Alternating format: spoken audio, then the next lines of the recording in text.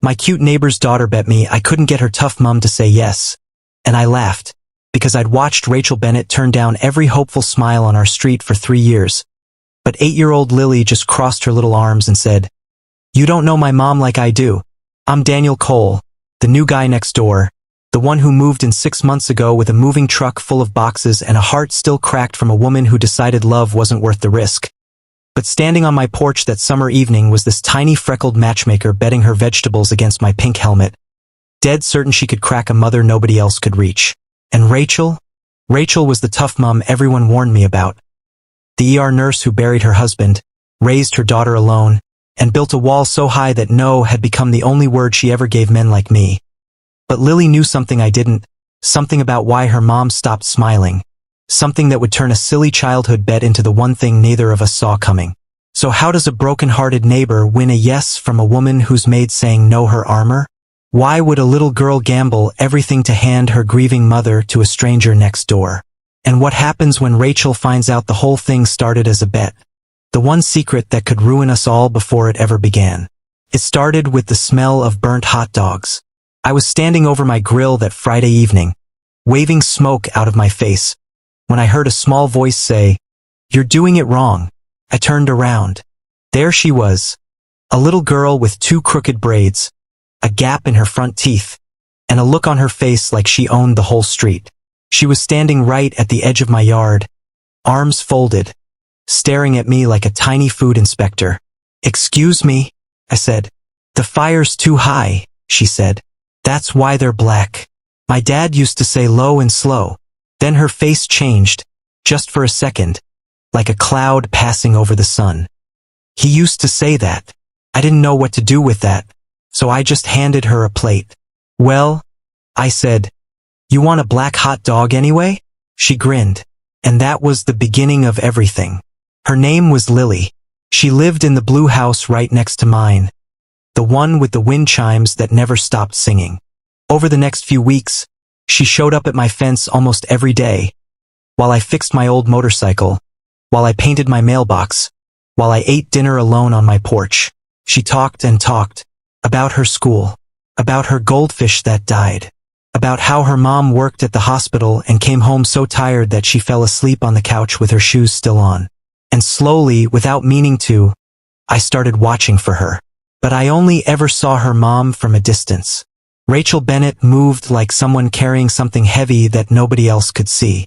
She'd come home in her blue scrubs, her hair falling out of its ponytail, and she'd wave at the neighbors.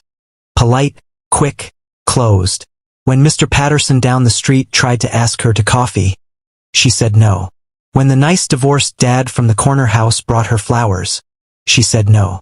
When her own sister, visiting one weekend, practically begged her to get back out there, I heard Rachel say through the open window, "I'm fine. I don't need anyone. Lily and I are fine." But she didn't sound fine. She sounded like a woman holding a door shut against the wind. Then came the porch. It was a warm evening in July. I was sitting outside with a glass of iced tea when Lily marched up my steps and sat down next to me like she paid rent. "Can I ask you something?" she said. "Sure. Do you think my mom is pretty?" I nearly choked. "Lily. Because she is," Lily said fast before I could dodge it. "She's the prettiest mom at my whole school. But she never smiles anymore. Not the real kind. She does the fake kind." She scrunched up her face and gave me a stretched, empty smile to show me the difference. "See? Like that. She thinks I don't notice. But I notice everything." I felt my chest tighten, because I'd noticed too. "My dad died when I was 5. Lily went on, quieter now, picking at the hem of her shorts. "I don't remember his voice anymore. That's the thing that makes me most sad. I remember he was tall and he smelled like coffee, but I can't remember his voice. The wind chimes sang. Somewhere a dog barked, and I couldn't think of a single word big enough." Then Lily looked up at me with those bright, stubborn eyes, and everything changed. "I bet you can't do it," she said. "Do what?" "Get my mom to say yes. To dinner. Just one dinner." She stuck out her tiny hand like a businesswoman closing a deal. "Everybody asks and she says no. But I think you're different. I don't know why. I just do." She lifted her chin. If you win, I'll eat vegetables for a whole month. No complaining. But if you lose, a wicked little grin spread across her face. I get to paint your motorcycle helmet pink. I should have said no. I really should have. Because I knew something Lily didn't. I knew what it felt like to have your heart handed back to you broken. I'd moved to this quiet street to hide from exactly this. From hoping, from trying, from the risk of caring about someone who might walk away. But then I looked at that little girl, betting her whole heart on a stranger. Just so her mom might smile the real kind again. And God help me, I shook her hand. Deal, I said. Lily's face lit up like a firework. But then she leaned in close, dead serious, and whispered the 4 words that would haunt me for weeks. But don't tell her it's a bet. The next morning, I stood in my kitchen for 20 minutes just staring at my phone, trying to figure out how a grown man was supposed to talk to a woman he barely knew without sounding like he was up to something. Because I was up to something. That was the problem. I finally decided the safest move was the simplest one. No flowers, no big speech, nothing that looked like an ambush. Just neighbors. Just normal. So when I saw Rachel's car pull into the driveway that evening, arms full of grocery bags, I grabbed 2 of my own bags of nothing in particular and happened to be walking to my door at the exact same time. Need a hand? I called out. She looked up, startled, like she wasn't used to anyone offering her anything. I'm okay, she said. Quick, automatic. The same wall I'd watched her put up for 6 months. But then one of her bags ripped. Oranges rolled everywhere. Down the driveway, into the grass, one bouncing all the way to my feet. And for just a second, this woman who carried herself like she could survive anything just stood there, frozen, staring at the mess like it was one more thing in a long list of things that had gone wrong. I bent down, picked up the orange by my shoe, and held it out to her. Low and slow, I said. She blinked. What? Nothing. Inside joke. With myself. I smiled. Let me help. Please. Something in her shoulders dropped. Just slightly. Not surrender. Just tired. Fine, she said. Thank you. We picked up the oranges together in silence. And that was it. That was the whole interaction. No dinner invitation, no grand declaration. Just 2 neighbors and a bag of fruit. But when I glanced up at her window later that night, I saw Lily's silhouette pressed against the glass, watching, grinning like she'd just witnessed a touchdown. Over the next 2 weeks, I didn't push. I didn't ask her out. I just showed up, small, quiet, consistent. I noticed the loose board on her porch step and fixed it one afternoon while she was at work, leaving no note, taking no credit. I noticed her trash cans left out 3 days after pickup and rolled them back for her.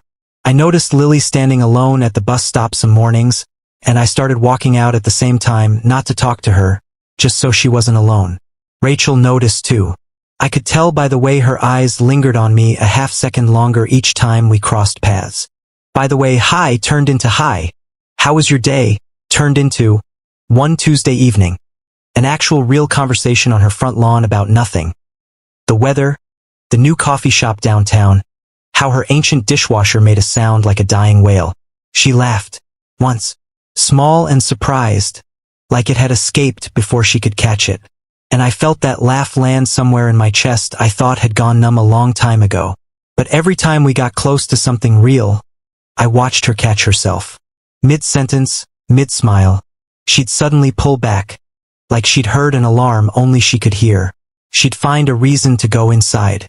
A reason to be busy. A reason to be alone again. One night, Lily gave me the reason.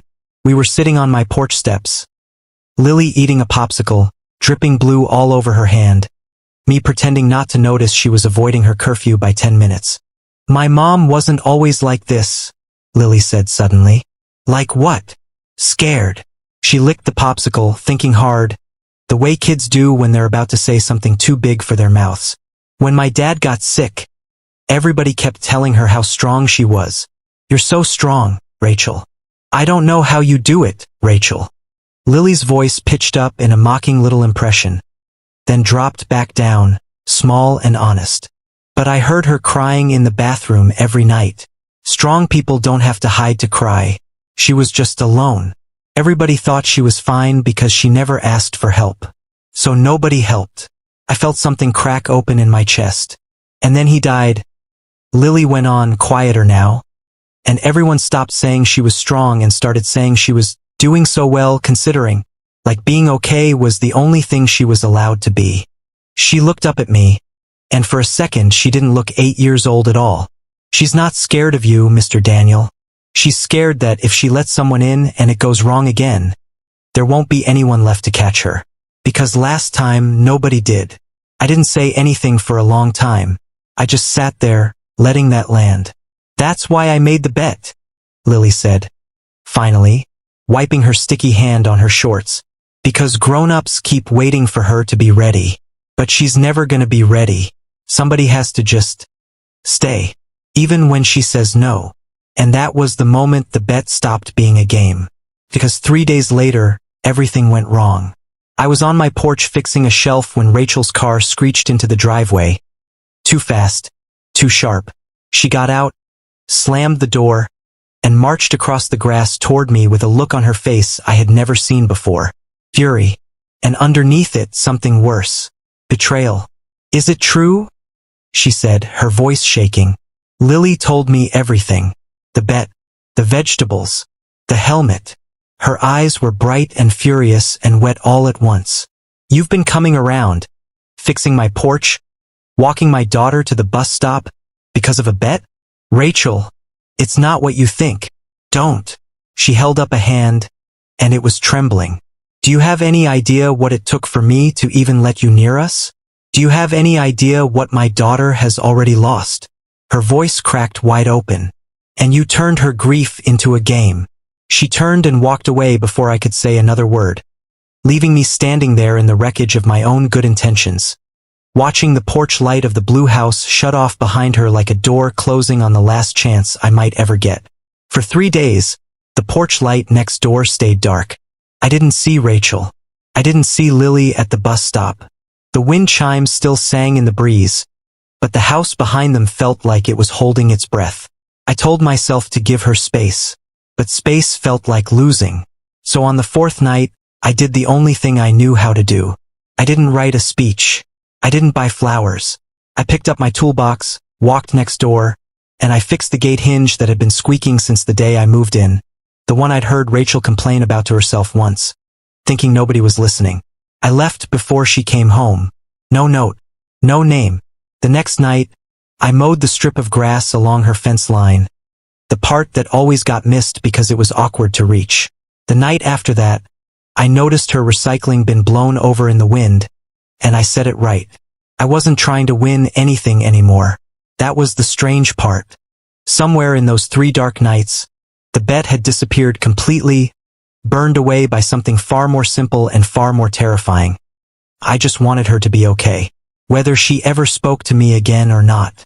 On the 4th evening, I was kneeling by her flower bed, pulling weeds I had no business pulling, when I heard the front door open behind me. Rachel stood on the porch in her scrubs, arms crossed, watching me with an expression I couldn't read. You need to stop, she said, but her voice wasn't sharp anymore. It was tired, worn thin. Okay, I said, standing up, brushing dirt off my knees. I'll stop fixing things. But can I say something first? She didn't answer. She didn't leave either. So I took that as a yes. You're right to be angry, I said. The bet was real and it was wrong, and I should have told you the second Lily suggested it instead of shaking her hand. I took a breath, but somewhere between the burnt hot dogs and the oranges in your driveway, it stopped being about winning anything. I wasn't fixing your porch step for a bet, Rachel. I fixed it because I noticed it was loose, and I couldn't stand the thought of you or Lily tripping on it in the dark.